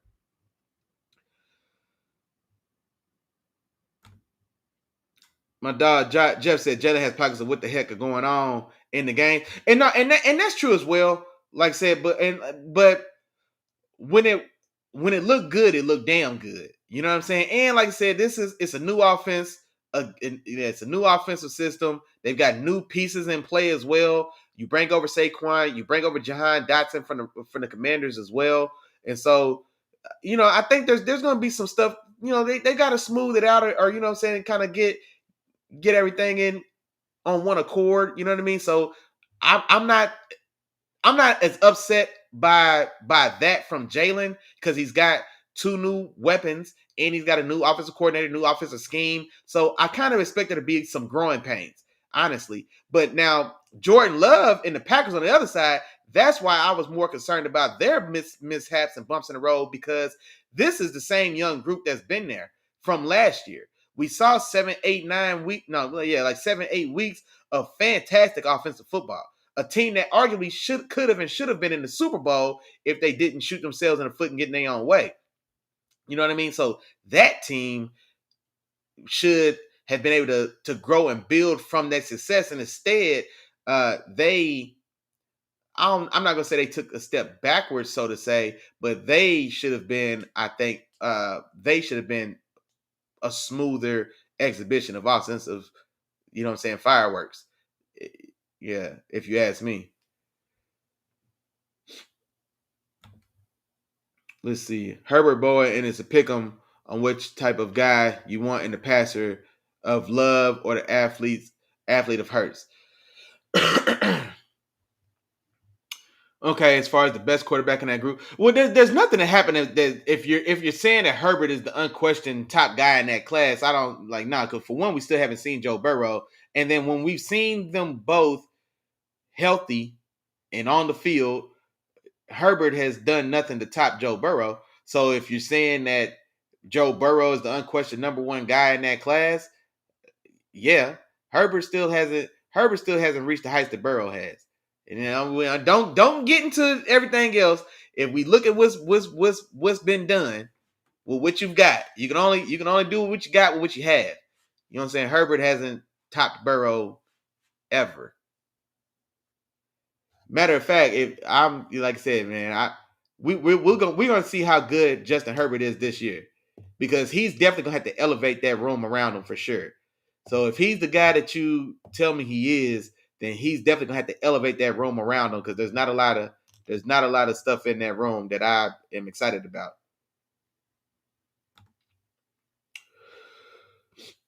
Score more and turn over less. I mean, maybe. Yeah, maybe. I mean, all that stuff sounds good until you give up a 28-point lead in the playoffs and the other guy goes to a Super Bowl and probably is 2 plays away from winning the Super Bowl. So, I mean, all that other stuff sounds cute. But what is the job at QB? Lead the team to wins. How about that? To lead the team to wins. That's the job. That's job number one. Lead the team to wins. Do we win when you are on the field, sir? That's job number one. We can get into the other stuff. We can get into the turnovers. We can get into a lot of the other stuff, but I always keep the main thing the main thing. When we go line up for 60 minutes on Sunday afternoons, the first thing we want to do is win, bruh. That's the first thing we want to do.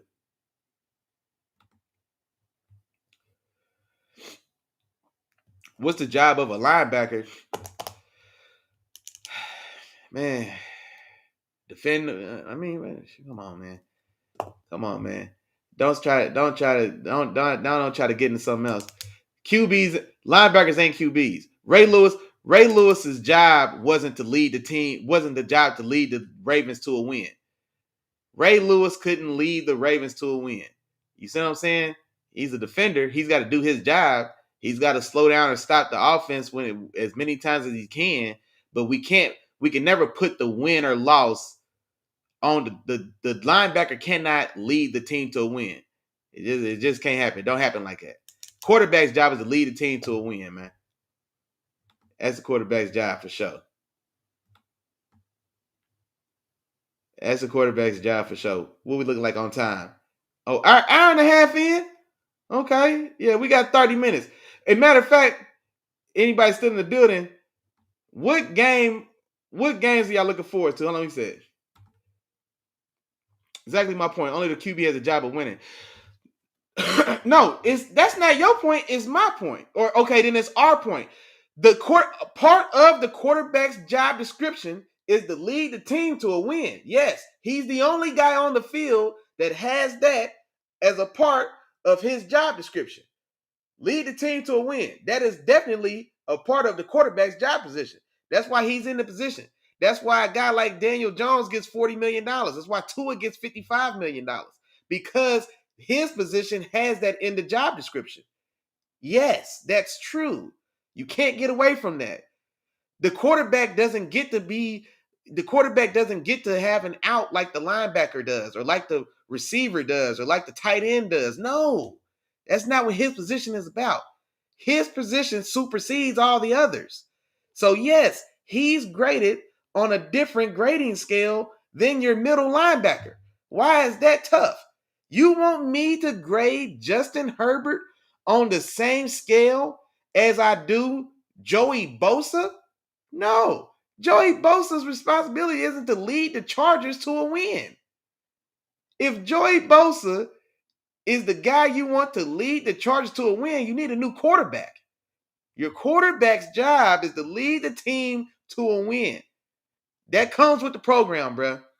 You can't get around that. You're not going to get around that. You're not going to get around that. Don't tell me I need Justin Herbert over Joe Burrow because you want to throw ancillary numbers at me instead of the ones that matter. The ones that matter. Get it done when the game is on the line, man. Don't make us rehash these old arguments, Isaiah. Come on, man. It's 2024, dog. Come on, man. That's not a part of everybody's job description, bro. Not to lead the team to a win. No. Everybody else has to contribute to a win. Everybody else's job is to contribute. Everybody else's job isn't to lead the team to a win. Joey Bosa is never going to lead the Chargers to a win. He's got to contribute to the defense. Your starting linebacker, your middle linebackers contribute to the defense, contribute to the defensive effort. Let's stop these guys. Hold these guys. Slow these guys down. The kicker's job isn't Justin Tucker's job is never to lead the Ravens to a win. You talking crazy. No. The Ravens just signed Derrick Henry. His job isn't to lead them to a win. No, that's Lamar's job. Lead us to a win. Okay? That's the quarterback's job at any level, is to lead the team to a win, bro. Come on, man. Nah, everybody's goal is to win. Everybody's job description isn't to lead the team to the win. No.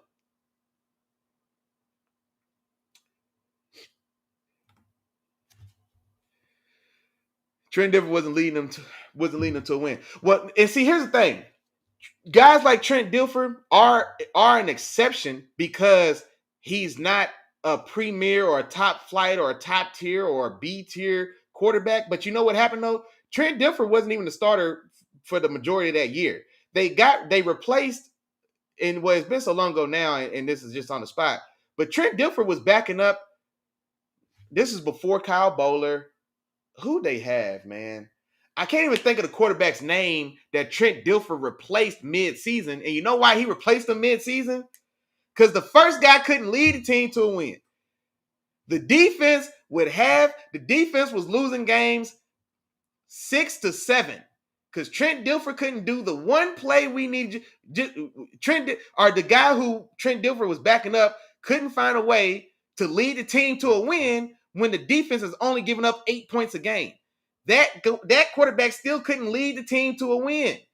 Even with Ray Lewis, that's what I'm telling you. Even with Ray Lewis in that defense giving up 8 points a game, the guy before Trent Dilfer still couldn't lead the team to a win. So we had to bring poo-ass Trent Dilfer in to find a way to hit Shannon Sharp for one touchdown pass a game so that we could win the game 14-7 now instead of losing 9-6.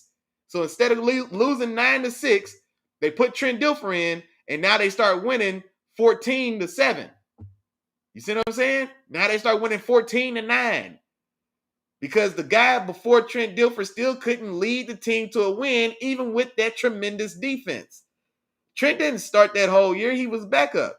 He came in and I can't even think of the guys. It doesn't matter. That guy was terrible. When you got to get benched for Trent Dilfer, and Trent Dilfer's got to score one touchdown a game so that the defense can win the game 14-9 and go win a Super Bowl, that says a lot about who you are. But yes, even in that situation, you've got to find a guy that when we put everything around you, when everybody else does everything that they could possibly do, you've got to find a way to lead us to the win, man. Period. Man, here you go, man. Peyton didn't.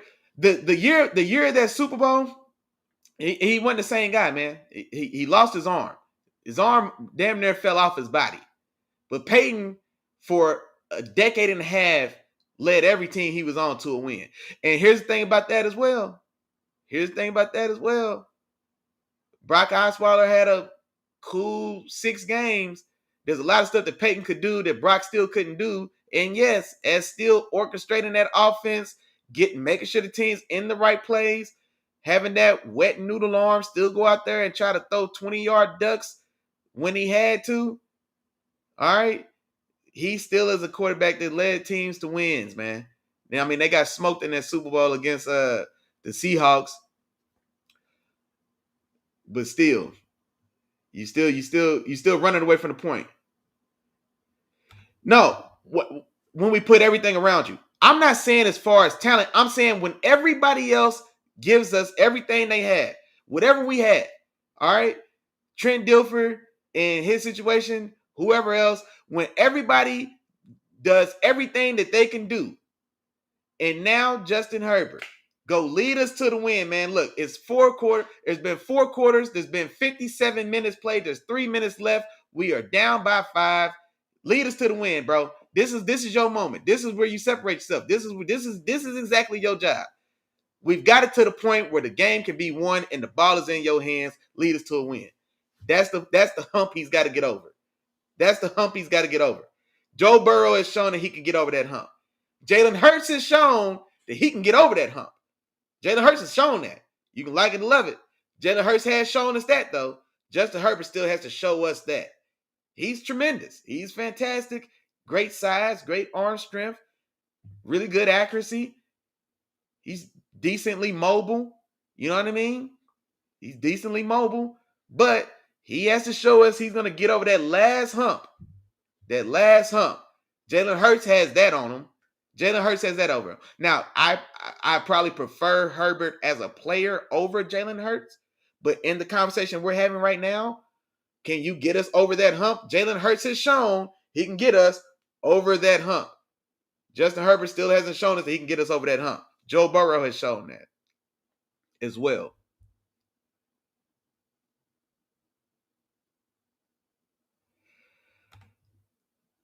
So you're naming stuff he has done more than 95% of the league. You're naming stuff he has done more than 95% of the league. I'm naming stuff he's done more than 95% of the league. Well, you know what? Let's use the statement you just said. And let's go with 95% of the league. And that's a fair, let me tell you why even that statement, and I think it's a little misplaced, but I'm gonna make it work for the example's sake. Yes, I'm holding Justin Herbert to the highest tier of evaluation because that's where his talent level and ability and your opinion of him, that's how it dictates I need to grade him because he is such a great player. So I'm not going to give him the same break I'm going to give Baker Mayfield. I don't expect, like, I don't hold Baker Mayfield in the same esteem that I hold Justin Herbert.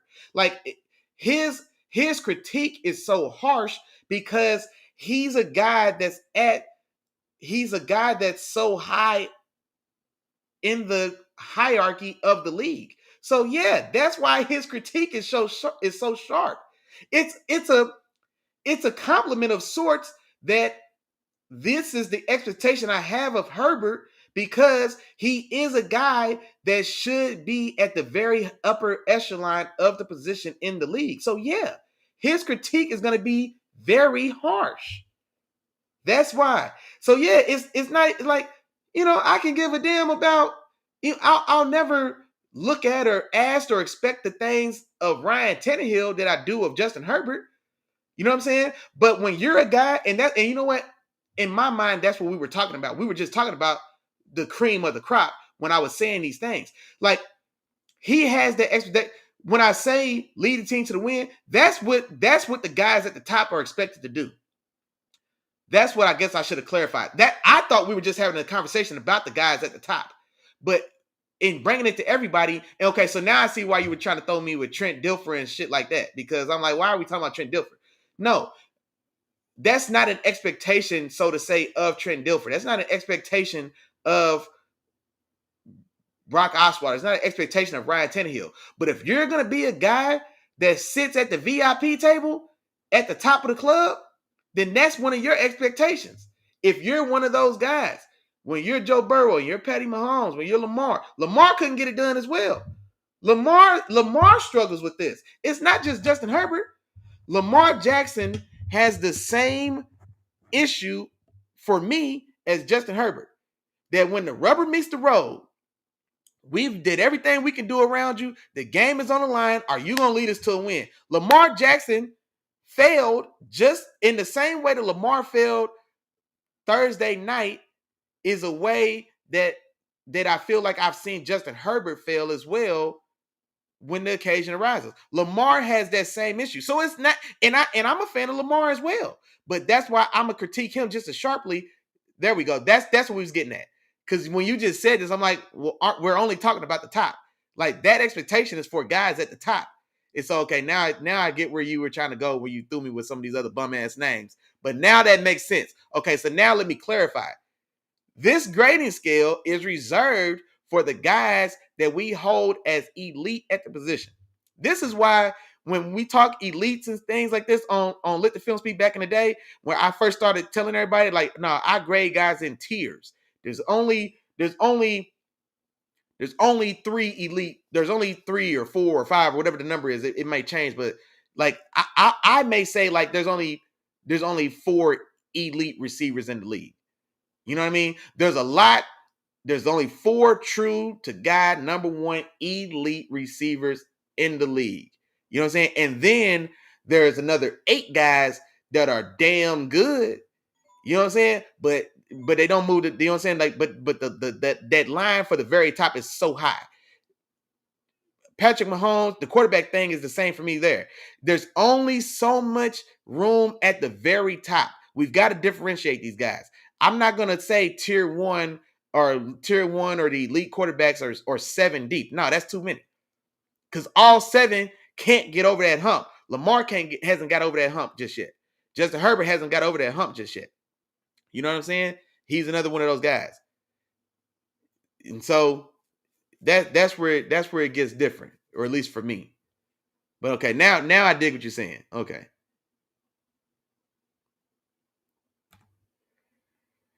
Hurts and Burrow should look like when your GM does a job.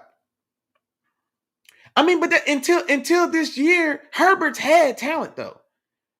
Because Keenan Allen and Mike Williams wasn't no slouches at all. Like he didn't, the weaponry wasn't a problem for me for the most part. I don't think a problem was his weapons. I don't think a problem was the weapons at all. Not for the most part.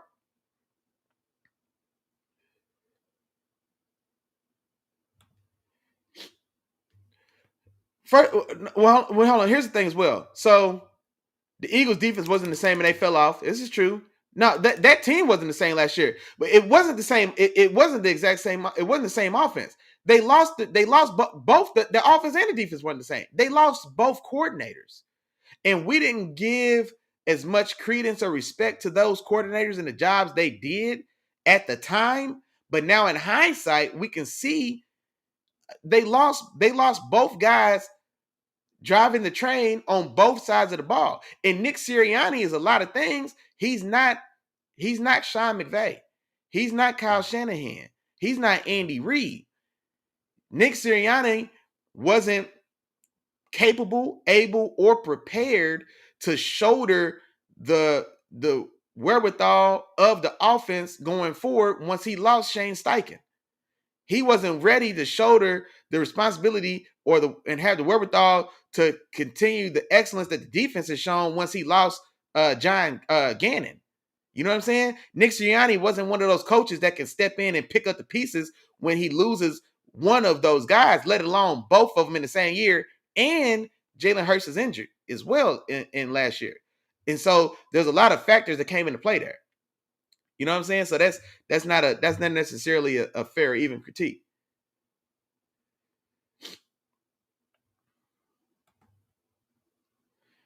All right, look, that's a big damn comment, but I can see in this comment you throwing a lot of numbers that don't line up with the eye test. All that shit sounds cute.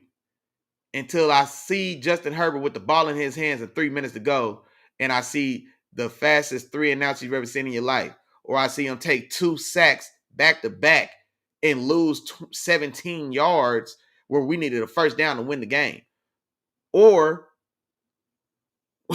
when we go into a lead at halftime in a playoff game with a 28-point lead, 27-point lead. You know what I'm saying? All those numbers are cool until we get to this point, bruh. Like Lamar Jackson really had a hell of a game on Thursday. Over 300 total yards, 3 total touchdowns. So all those numbers and shit sound good. If I just read you Lamar's numbers, what Lamar do? 273 yards, 1 touchdown, no interception, 122 yards rushing.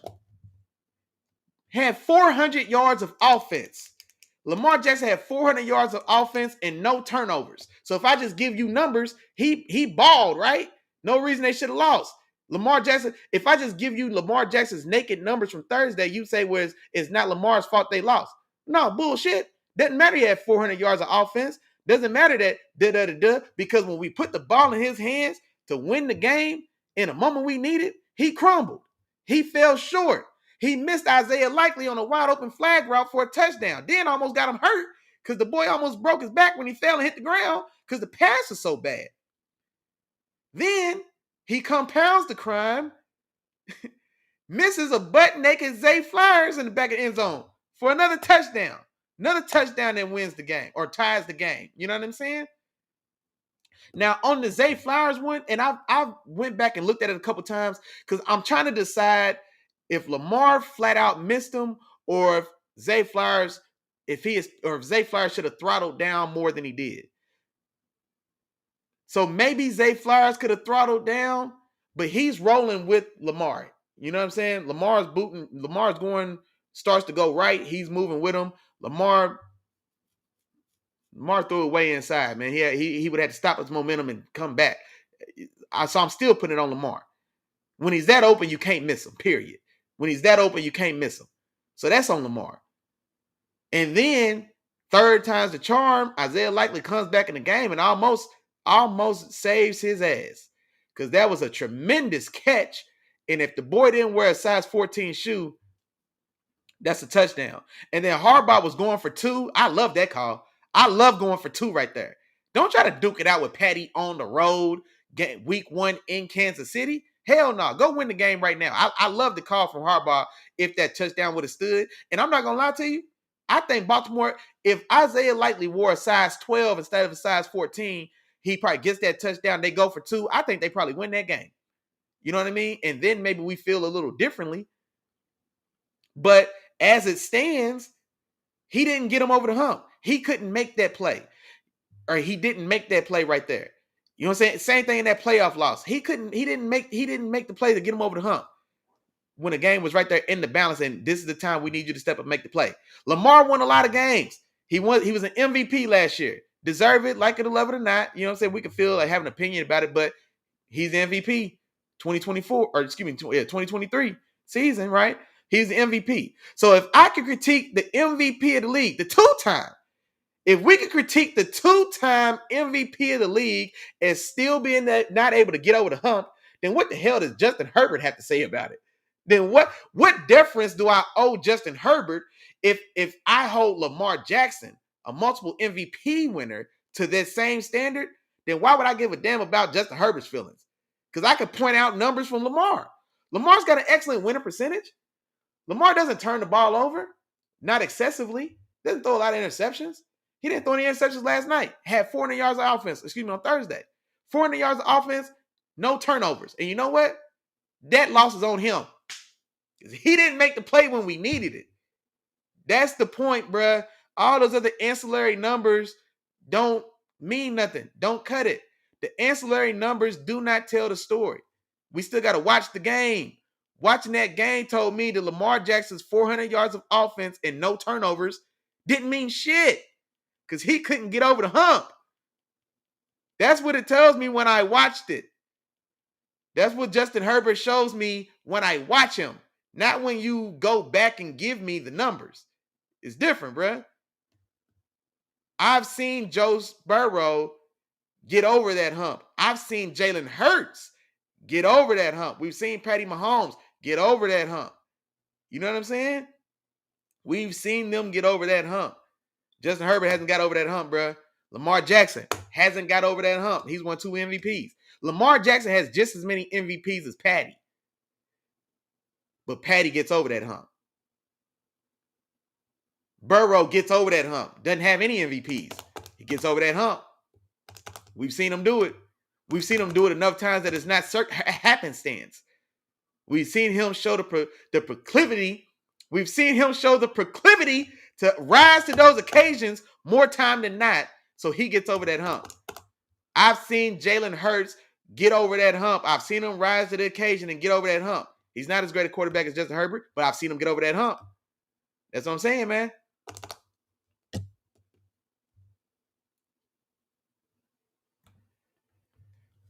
Man, and you know what? I seen that from Lamar as well. And I wish he'd have just kept his, he should have just ate that. Cause that's even worse. Cause why the hell didn't you see butt-ass naked Zay Flowers?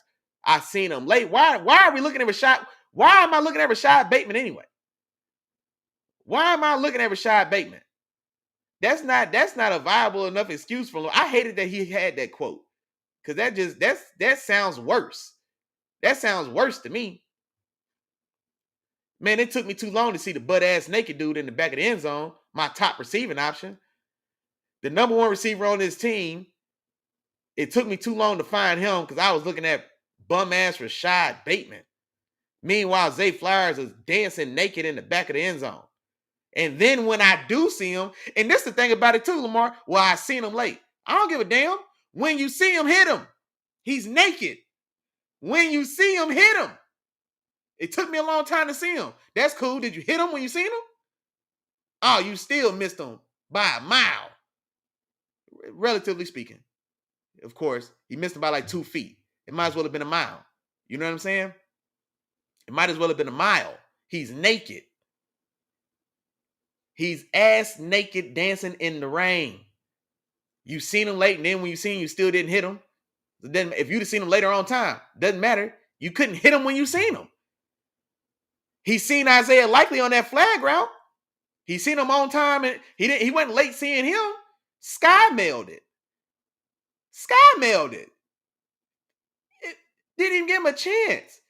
Isaiah Likely almost broke his back trying to get to it.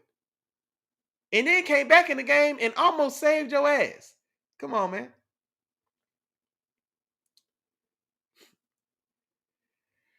The fourth best offense. So you're talking numbers again. Because there's nobody in the world who would tell you that the Chargers had the fourth best offense. You got to get past the numbers, bro. Because there's nobody. I can't think. There's no way in hell I'm going to tell you that Chargers offensive football is the fourth best offense in football. I don't give a damn what number you show me. I'm watching the offenses. No, sir. No, sir. No.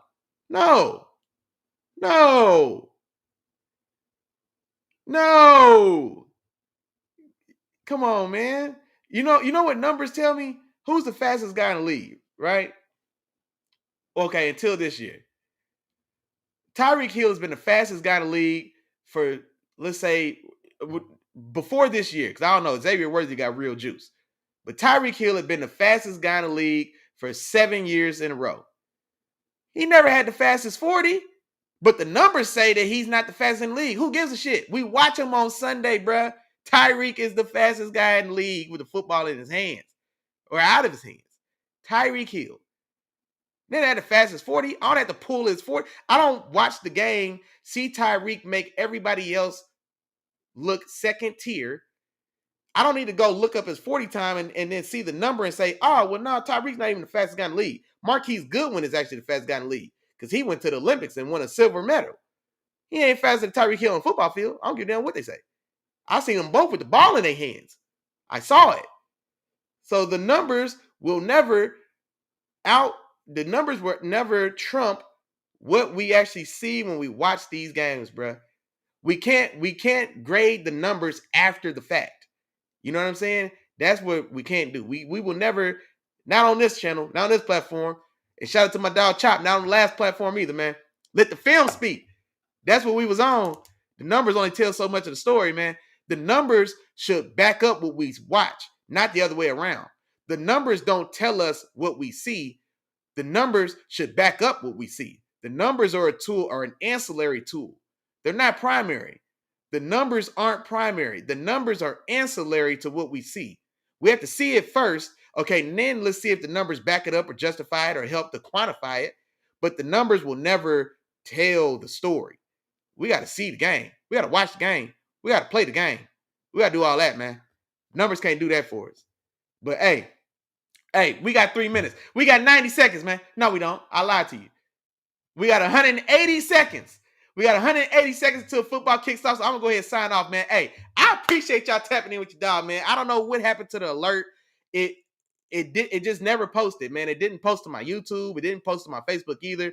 And so it just went live and y'all picked up and tapped in with your dog, man. So I appreciate it as well. As always, man. Shout out to my dog Isaiah, man. Hey, I missed this, Isaiah. It's football season, baby. I miss it, man. We need this, man. We need good debate, man, back and forth. Isaiah does his homework, man. So y'all tap in with my dog Isaiah. Isaiah knows what he's talking about, man. Sometimes we differ on, you know what I'm saying, our thoughts on some of the things we seeing, but man, now he's passionate just like me, man. He definitely knows ball, man. I respect you, man. I respect your opinion as always, big dog. I'm gonna sign on off because it's game time. Those Steelers is in the building, big dog. Y'all tap back in, man. I'm gonna holler at y'all probably midweek, man.